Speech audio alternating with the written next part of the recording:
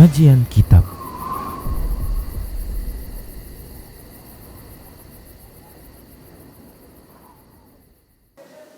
Bismillah, assalamualaikum warahmatullahi wabarakatuh.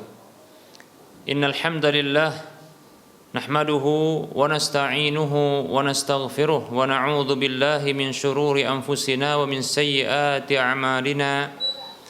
May yahdihillah fala mudilla lah wa may yudlilhu fala hadiyalah. Wa asyhadu an la ilaha illallah wahdahu la syarika lah. Wa asyhadu anna Muhammadan abduhu wa rasuluhu sallallahu alaihi wasallam. Qala Allah tabaraka wa ta'ala, ya ayyuhalladzina amanu taqullaha haqqa tuqatih wa la tamutunna illa wa antum muslimun. Ya ayyuhan nasu taqu rabbakumul ladzi khalaqakum min nafsin wahidah wa khalaqa minha zawjaha وبث منهما رجالا كثيرا ونساء واتقوا الله الذي تساءلون به والأرحام إن الله كان عليكم رقيبا يا أيها الذين آمنوا اتقوا الله وقولوا قولا سديدا يصلح لكم أعمالكم ويغفر لكم ذنوبكم ومن يطع الله ورسوله فقد فاز فوزا عظيما أما بعد فإن أصدق الحديث كتاب الله وخير الهدى هدى رسول الله صلى الله عليه وسلم وشر الأمور محدثاتها وكل محدثة بدعة وكل بدعة ضلالة وكل ضلالة في النار. Para pemirsa Rosyad TV dan para pendengar Radio Medan Mengaji serta para pemirsa media-media sunnah yang terus serta menyiarkan kajian ini. Alhamdulillah, segala puji hanya untuk Allah Tabaraka wa Ta'ala yang senantiasa memberikan nikmatnya atas kita. Selawat dan salam kita ucapkan untuk nabinya Nabi Muhammad sallallahu alaihi wasallam. Moga-moga Allah Tabaraka wa Ta'ala menjadikan kita sebagai hamba-hambanya yang selalu setia dengan petunjuk ajaran Nabi dan Rasulnya sampai akhir hayat kita. Baik para hamba Allah rahimani wa rahimakumullah, kita akan lanjutkan pembahasan kitab Minhajul Muslim, masih di bab yang ketiga tentang bahasan akhlak, dan kita masih menyebutkan tentang akhlak-akhlak tercela, akhlak-akhlak yang buruk. Dan akhlak yang kita bahas, akhlak tercela yang kita bahas adalah akhlak ujub, yaitu sombong karena takjub terhadap diri sendiri dan karena apa yang ada pada diri. Baik para hamba Allah rahimani wa rahmakumullah, kita memberikan contoh. Kita akan menyebutkan contoh di mana Allah Subhanahu wa taala menyebutkan dalam kitab sucinya Al-Qur'an ya tentang satu kaum yang mereka sombong terhadap apa yang ada pada diri mereka.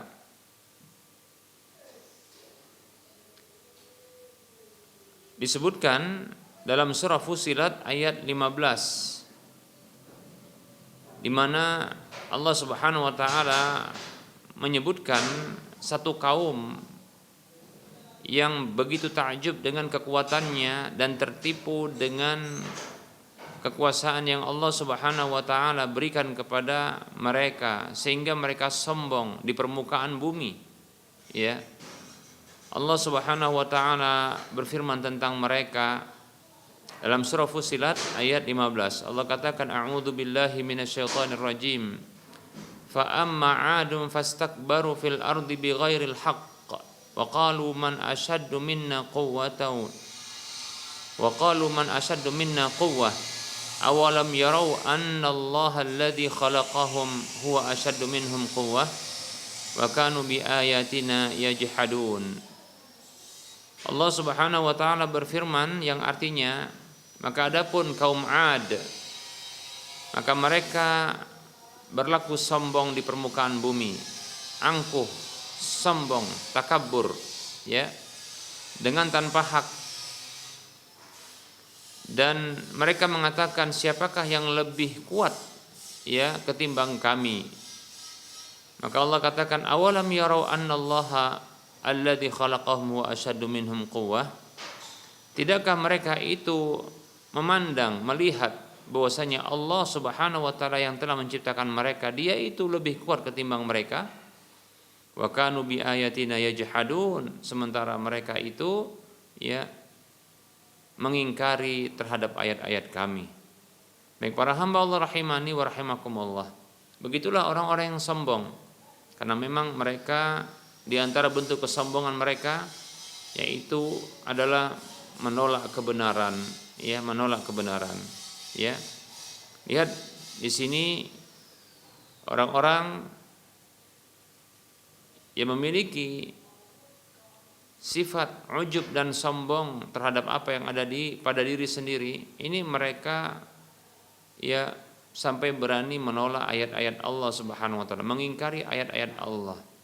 Bahkan ya mereka mengatakan, siapa yang lebih kuat ketimbang kami? Nah, seperti itu. Baik para hamba Allah rahimani wa rahimakumullah. Nah, ini sejalan dengan sabda Nabi sallallahu alaihi wasallam tentang kesombongan itu, al-kibru batarul haqqi wa ghamtun nasi. Kesombongan itu adalah menolak kebenaran dan ya merendahkan manusia. Baik para hamba Allah rahimani wa rahimakumullah. Ini kesombongan ya yang diceritakan oleh Allah Subhanahu wa taala. Nah, tentunya ya Allah Subhanahu wa taala menimpakan azab kepada mereka. Allah Subhanahu wa taala menimpakan azab kepada mereka, yaitu kaum 'Ad. Allah Subhanahu wa taala menimpakan azab kepada mereka.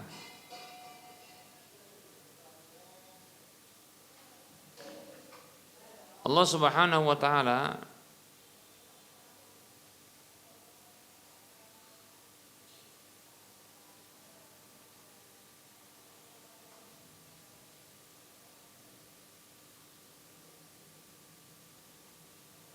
mengatakan dalam surah Hud ya ayat 59, karena kesombongan mereka, ujub terhadap apa yang ada pada mereka, ta'jub, Allah Subhanahu wa taala mengatakan ya wa tilka 'ad jahadu bi ayati rabbihim wa 'asaw rusulahu wattaba'u amra kulli jabbarin 'anid. Itulah kaum 'Ad, mereka itu mengingkari terhadap ayat-ayat Rabb mereka dan mereka mendurhakai para rasul mereka, rasul Allah Subhanahu wa taala, dan mereka mengikuti perintah setiap ya penguasa yang durhaka, yang pembangkang. Demikian.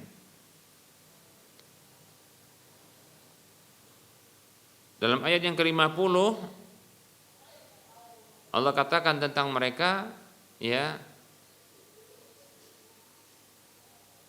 A'udzu billahi minasyaitonir rajim wa utbi'u fi hadhihi dunya la'natu wa yaumal qiyamah. Wa utbi'u fi hadhihi dunya la'natan wa yaumal qiyamah ala inna 'adan kafaru rabbahum ala bu'dal li'adin qaumi Hud. Mereka itu diiringkan dalam kehidupan dunia ini dengan kutukan, demikian pula pada hari kiamat. Ketahuilah sesungguhnya kaum 'Ad itu adalah kaum yang kafir kepada Rabb mereka. Ya, ketahuilah celakalah kaum 'Ad, kaum Yahud. Demikian. Para hamba Allah rahimani wa rahimakumullah.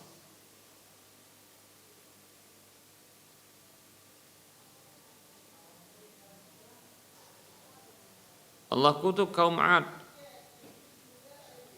Allah Subhanahu wa taala ya jauhkan mereka dari kasih sayang Allah Subhanahu wa taala dalam kehidupan dunia. Ya. Dan mereka juga mendapatkan kutukan Allah Subhanahu wa taala ya di akhirat tentunya. Baik para hamba Allah rahimani wa rahimakumullah.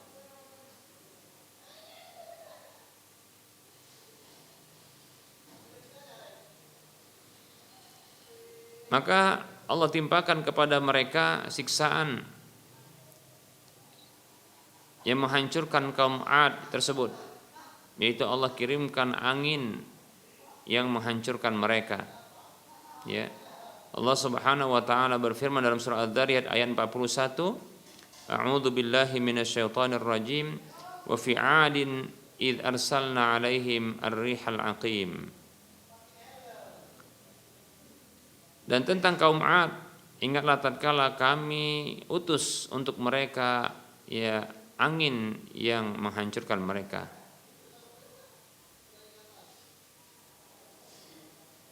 Baik para hamba Allah rahimani wa rahimakumullah. Dalam hadis yang lain dalam surah Al-Haqqah ayat 6 Allah katakan a'udzu billahi minasyaitonir rajim wa amma 'adun fa uhliku birihin sarsarin 'atiyah. Adapun kaum 'Ad maka mereka dihancurkan dengan angin yang berterusan menimpa mereka. Baik para hamba Allah rahimani wa rahimakumullah. Nah, ini kesombongan terhadap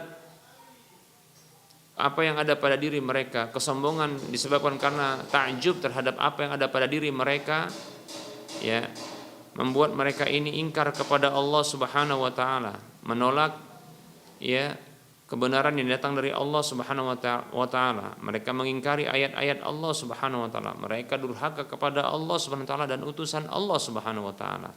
Maka Allah kutuk mereka ya dalam kehidupan dunia dan akhirat. Allah hancurkan mereka dengan angin yang menimpa mereka. Na'udzubillahi min dzalik. Baik para hamba Allah rahimani wa rahimakumullah. Ya. Nah, ini balasan bagi orang-orang yang ujub, sombong disebabkan takjub terhadap apa yang ada pada diri. Kita akan memberikan contoh berikutnya ya tentang sikap ujub yang pernah dialami oleh Nabi Sulaiman alaihissalam. Ya.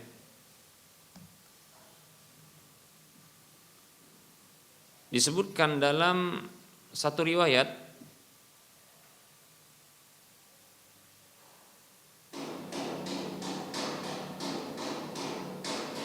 bahwasanya Nabi Sulaiman alaihissalam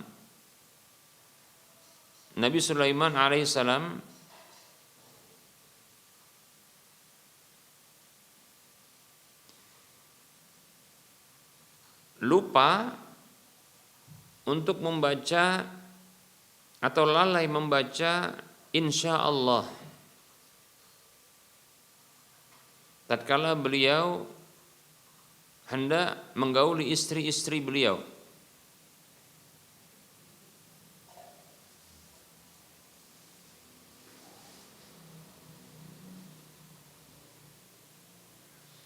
Sebagaimana yang diceritakan oleh Rasulullah Sallallahu Alaihi Wasallam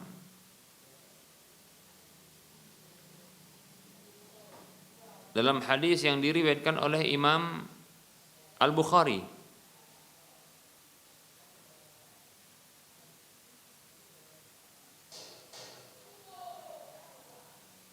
Demikian pula Imam Tirmidzi, kita sebutkan riwayat Imam Al-Bukhari.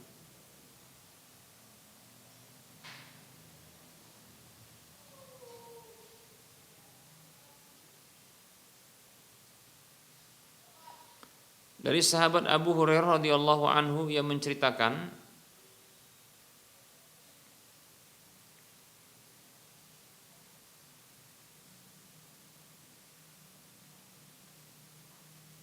adapun dalam hadis yang lain Abu Hurairah menceritakan marfu sampai kepada Rasulullah sallallahu alaihi wasallam. Kalau ini riwayat Bukhari di nomor hadis 2819 ya, yang marfu sampai kepada Nabi sallallahu alaihi wasallam. Adapun yang mauquf ya dan sahih dari beliau ini di nomor hadis 5242. Kalau gitu kita ambil saja yang marfu dari Nabi sallallahu alaihi wasallam. yang menceritakan tentang ya Nabi Sulaiman. An Rasulillah sallallahu alaihi wasallam, dari Rasulullah sallallahu alaihi wasallam, qala Sulaimanu qala, Rasulullah bersabda, qala Sulaimanu bin Dawud alaihi wassalam, Nabi Sulaiman bin Daud alaihi wassalam berkata, la tufanna al-lailata ala mi'ati imra'atin au tis'in wa tis'ina kullihinna ya'ti bi farisin yujahidu fi sabilillahi faqala lahu sahibuhu insyaallah falam yaqul insyaallah falam yahmil minhunna illa imra'atun wahidatun ja'at bisyiqqi rijlin walladhi nafsu Muhammadin biyadihi law qala insyaallah lajahadu fi sabilillahi ya fursanan ajma'una. Ya, Rasulullah mengkabarkan tentang kisah Nabi Sulaiman ya bin Daud alaihi wassalam. Nabi Sulaiman bin Daud alaihi wassalam mengatakan, satu hari satu malam dia katakan begini, sungguh benar-benar aku akan berkeliling ya malam ini kepada 100 istri, yaitu 100 wanita istrinya. Ya, ini memang boleh ya untuk syariat umat terdahulu untuk memiliki istri lebih daripada 4, bahkan sampai 100.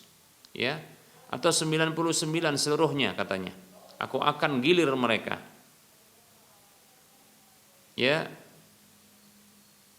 yang dengan itu akan datang dan lahir ya seorang pendekar atau seorang pejuang yang berjihad di jalan Allah Subhanahu wa taala. Maksudnya nanti akan lahir dari masing-masing anak ini, dari masing-masing wanita ini seorang anak yang itu akan berjuang berjihad di jalan Allah. Lalu ada orang yang di sisi Nabi Sulaiman mengatakan ya insya Allah, maksudnya mengingatkan untuk mengucapkan insya Allah. Kata Nabi, tidak juga ia mengatakan insya Allah. Maka tidak ada seorang pun yang hamil dari para istrinya tersebut kecuali satu wanita saja. Bahkan ya wanita tersebut ya itu melahirkan seorang anak yang memiliki cacat pada kakinya. Kata Nabi sallallahu alaihi wasallam, walladzi nafsu Muhammadin biyadihi, demi Allah zat yang jiwa Muhammad sallallahu alaihi wasallam itu ada di tangannya. Lau qala insyaallah, andaikan ia yaitu Nabi Sulaiman mengucapkan insyaallah, la jahadu fi sabilillah. Maka semuanya itu mereka akan berjihad di jalan Allah ya sebagai pasukan-pasukan seluruhnya, yaitu pendekar orang yang berjihad di jalan Allah.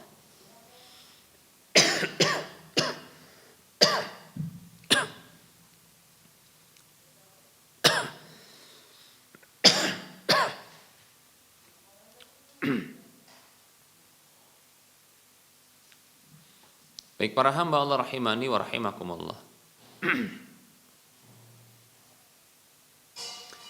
Dalam riwayat yang lain disebutkan yang mengingatkan untuk mengucapkan insya Allah adalah malaikat. Ya, dalam riwayat yang lain ya yang mengingatkan untuk mengucapkan insya Allah ya itu malaikat.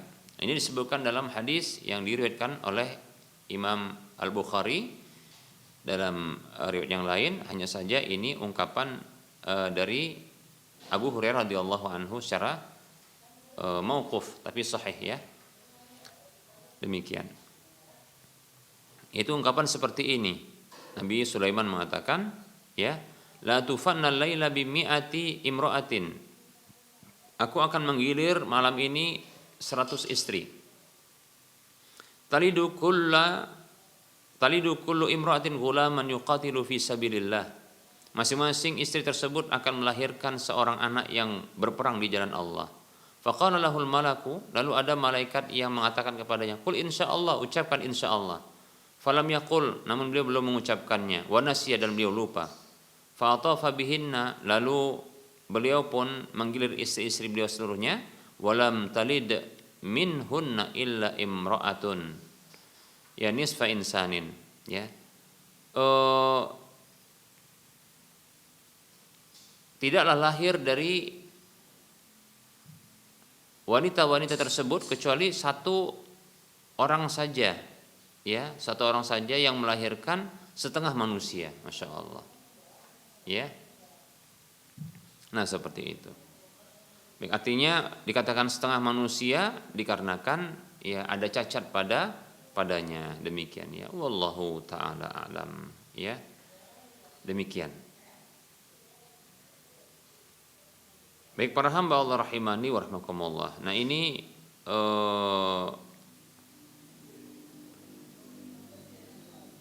Allah Subhanahu wa taala memberikan teguran kepada nabinya Nabi Sulaiman alaihi salam, ya. Dikarenakan adanya ta'jubnya kepada dirinya, yaitu menyandarkan ya kemampuan itu kepada diri sendiri.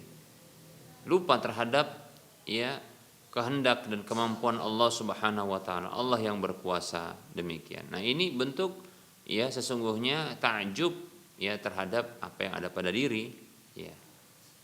Dan bisa tergolong sebagai bentuk kesombongan, demikian ya. Wallahu taala alam. Baik para hamba Allah rahimani wa rahimakumullah.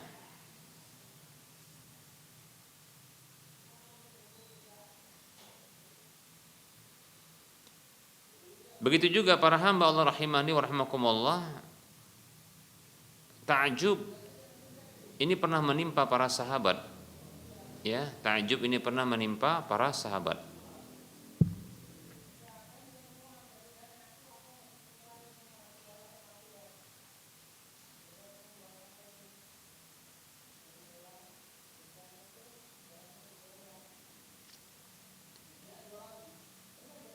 Yaitu ketika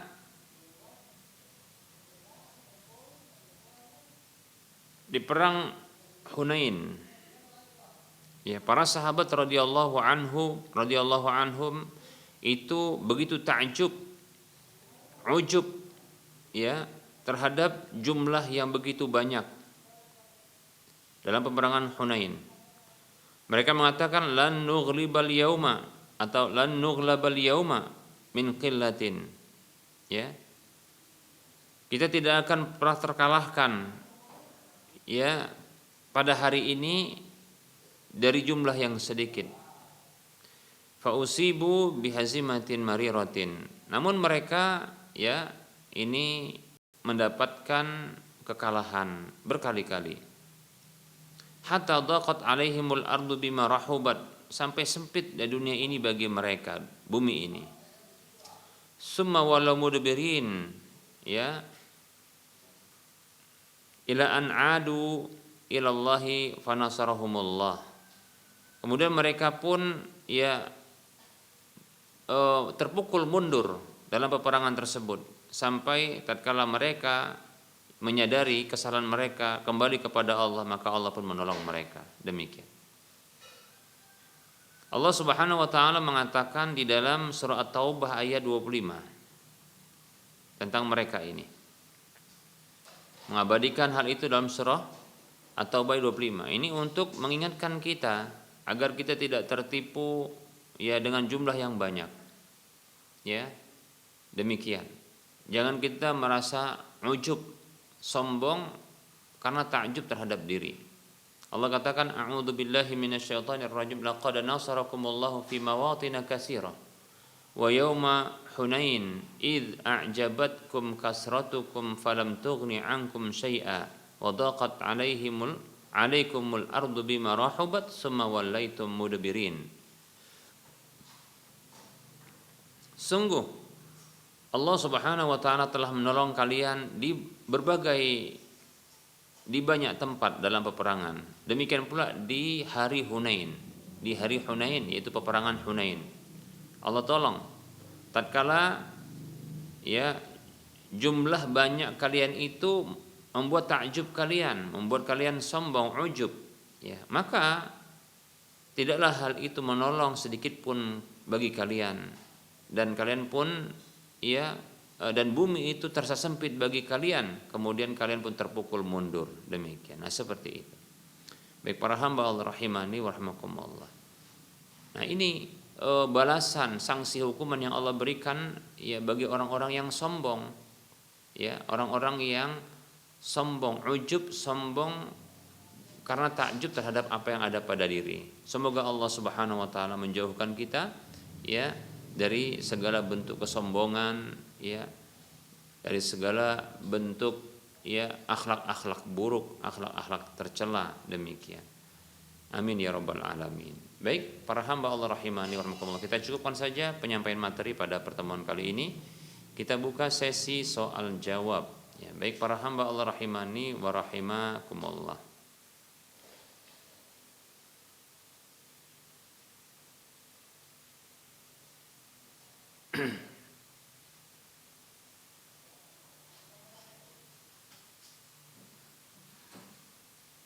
Ada pertanyaan.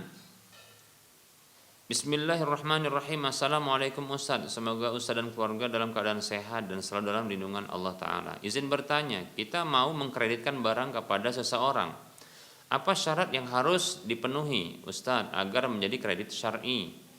Dan apa membedakan dengan kredit yang ribawi? Dan bolehkah Ustaz mengambil ya untung 2 kali lipat dari harga barang tersebut? Contoh, barang seharga 1 juta. Lalu kita kreditkan per bulannya menjadi 200.000 selama 10 bulan, dan itu menjadi 2 juta. Demikian, ya. Baik. Bismillahirrahmanirrahim warahmatullahi wabarakatuh. Semoga Allah SWT memberikan kebaikan dan kebahagiaan kepada sang penanya beserta keluarga di mana saja berada. Amin ya rabbal alamin. Baik. Kredit yang syar'i ya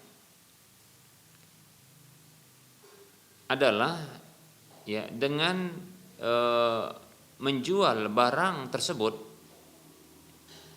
dengan pembayaran cicil, itu bisa ya melibatkan pihak ketiga maupun hanya ya dua belah pihak saja. Demikian.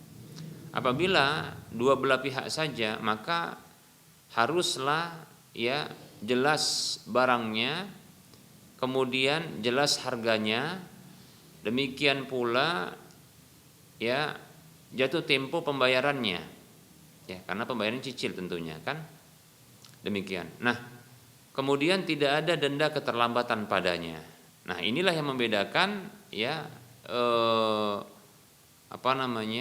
perbedaan antara kredit syar'i dengan kredit ribawi. Ya, ketika jual beli dengan pembayaran yang bertahap seperti ini disebut dengan taksid, jual beli taksid, bai'ut taksid, ya, penjualan dengan cara pembayaran cicil. Ya, ini bila hanya melibatkan dua belah pihak saja penjual dan pembeli, maka dipersyaratkan agar tidak jatuh kepada riba, tidak ada denda keterlambatan padanya. Nah, seperti itu. Ya, walaupun juga supaya tidak jatuh kepada larangan yang lain, harus jelas, barangnya jelas, harganya jelas, demikian pula jatuh temponya jelas. Yaitu batas akhir pembayaran. Bila dibayar dengan cicil maka juga jelas. Baik. Nah, apabila jual beli taksid atau pembayaran dengan bertahap seperti ini melibatkan pihak ketiga. Maka syaratnya ada 4. Yang pertama adalah tidak ada penetapan harga atau keuntungan yang mengikat ya antara pemilik modal, pihak ketiga itu pemilik modal dengan calon pembeli, customer. Demikian. Nah, seperti itu. Dipersyaratkan bagi pihak ketiga atau pemilik modal itu harus membeli terlebih dahulu barang yang dipesan. Ya, barang yang dipesan. barang yang diinginkan oleh customer tersebut, membeli dulu. Tidak boleh menetapkan harga yang mengikat atau ya keuntungan yang mengikat, demikian. Dibeli dulu dan berpindah kepemilikan kepada ya pihak ketiga atau pemilik modal. Nah, baru setelah itu melakukan transaksi jual beli antara calon pembeli dengan pihak ketiga. Tentunya pihak kedua dalam hal ini adalah pemilik barang. Ya, jadi pihak ketiga membeli dulu barang tersebut dan berpindah kepemilikannya dari pemilik barang pihak kedua kepada pihak ketiga yang memiliki modal. Baru nanti bertransaksi dengan pihak pertama, yaitu sang pembeli, calon pembelinya, demikian ya, seperti itu. Nah, kemudian ya syarat yang ketiga atau syarat berikutnya adalah ya adanya hak khiyar, yaitu hak untuk memilih batal atau lanjut. Ya, kalau tidak cocok ya harga yang ditawarkan, maka ini boleh batal. Nah, seperti itu. Kemudian yang syarat keempat adalah tidak ada denda keterlambatan. Nah, seperti itu. Nah, kalau ada denda keterlambatan ya, maka ini ada ya riba namanya. Ya, jual beli kredit atau jual beli taksit, ya ini pembayaran cicil, ini ada riba kalau ada penetapan ya adanya penetapan denda keterlambatan. Nah, seperti itu. Begitu juga apabila pihak ketiga ini dia hadir hanya sebagai pemberi talangan. Ya, pemberi talangan. Ini juga ribawi. Ya, jadi pihak ketiga hanya hadir sebagai pemberi talangan ya bagi calon pembeli. Ketika calon pembeli tidak memiliki uang kontan untuk membeli barang dari pihak kedua, dalam hal ini adalah pemilik barang, lantas hadirlah pihak ketiga ini sebagai pemberi talangan, ya menalangi untuk ya menalangi, memberikan hutangan kepada calon pembeli agar bisa membeli barang tersebut, nanti membayarnya dengan cara lebih. Nah, seperti itu. Nah, ini ribawi tentunya, seperti itu. Baik ya. Baik, adapun mengambil keuntungan dalam akad jual beli pembayaran cicil seperti ini itu dengan 2 kali lipat atau 100% ya. Modal 1 juta, untung 1 juta, dijual dengan 2 juta, maka ini tidak mengapa, ya, tidak mengapa. Kenapa? Karena Nabi SAW itu pernah ya memberikan uang 1 dinar kepada salah seorang sahabat untuk membelikan kambing. Maka dengan 1 dinar tersebut, ya sahabat ini membeli ya 2 ekor kambing, ya malah bisa beli 2 ekor kambing. Lalu 1 kambing yang seharga setengah dinar itu dijual dengan 1 dinar. Maka tentunya ini keuntungannya adalah 100%, ya, yaitu setengah dinar. Modal setengah dinar, maka untung setengah dinar, demikian. Ya, tidak mengapa. Ini bahkan Rasul sampai mendoakan, andaikan dia ya menjual tanah pasti akan untung. Nah, seperti itu, ya. Demikian. Wallahu taala a'lam.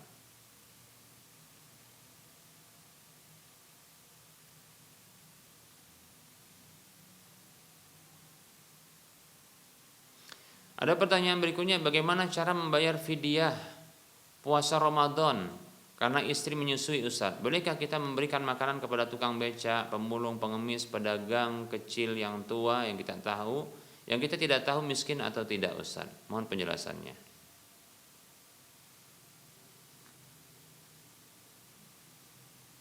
Bismillah, apabila wanita yang menyusui tidak mampu ya untuk berpuasa ketika di bulan Ramadan, ya maka cara pembayaran